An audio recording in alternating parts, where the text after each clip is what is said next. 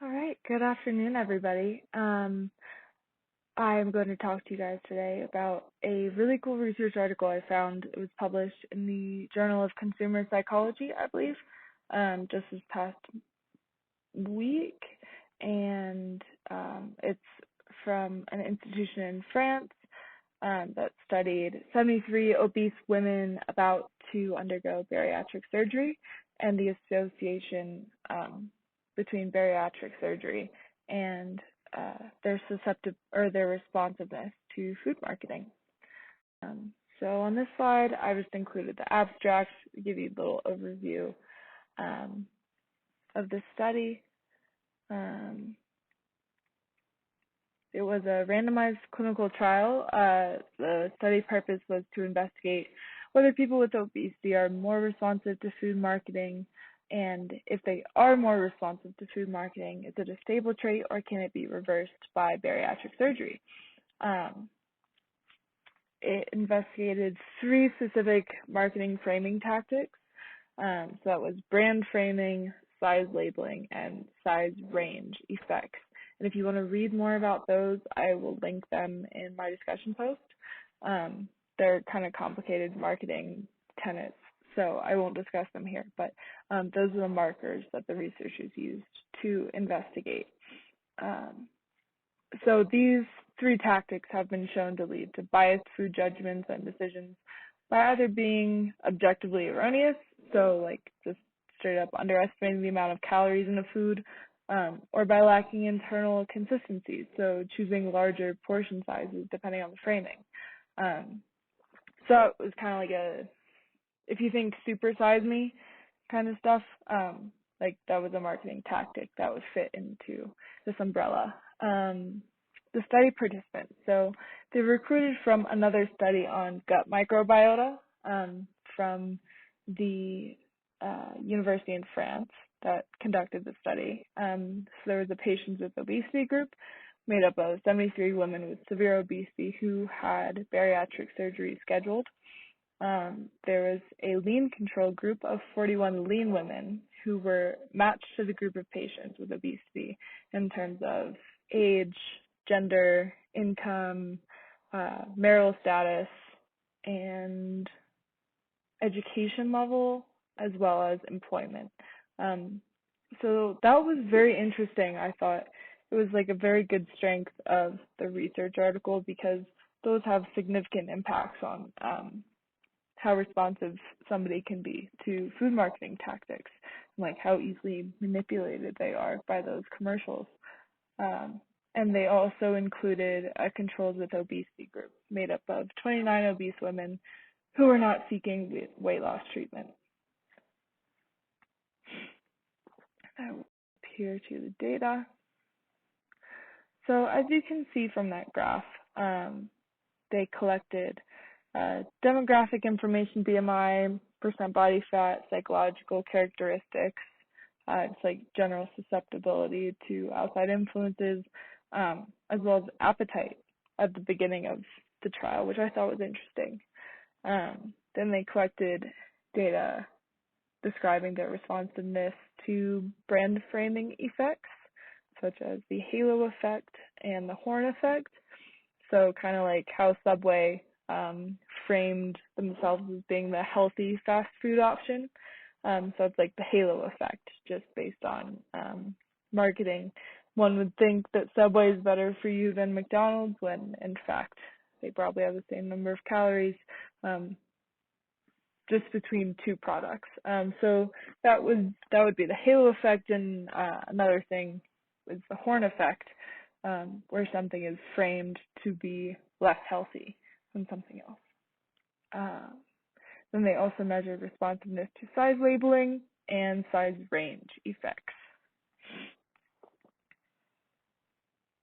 And they found that in people with obesity, responsiveness to food marketing matches that of a lean person 12 months after bariatric surgery.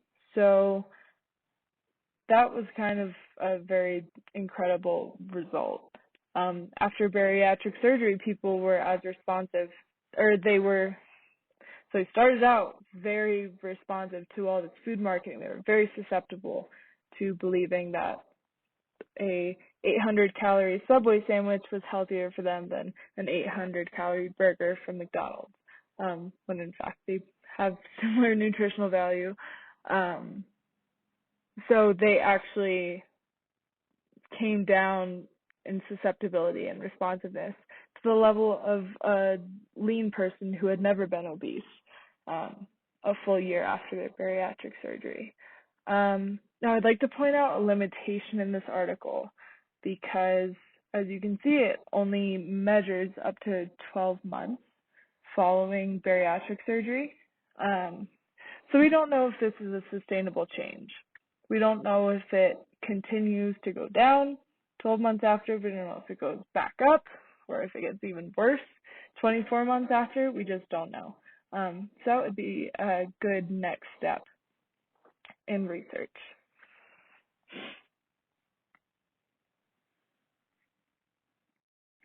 And this is a consumer article. It was published in the Atlanta Journal-Constitution, and I just included a little blurb from the introduction in the slide. So I really liked the way this author, she really stuck to the research. She didn't step outside the bounds that the data showed. She didn't dramatize anything the way a lot of food writers do, but she kept it very, very data-driven, which I really appreciated. And she was also able to take all this complicated statistical analysis and put it in plain language, which is honestly how I came to understand this article, because the statistical analysis in the research article was pretty complicated. I'm just not good at statistics. So as I was reading it, the research article became more and more clear, which I appreciate. So some implications from both of these articles, from both the Atlanta Journal-Constitution as well as the Journal of Consumer Psychology. I think as nutrition professionals, we should keep this in mind, especially working with patients who have just come out of bariatric surgery.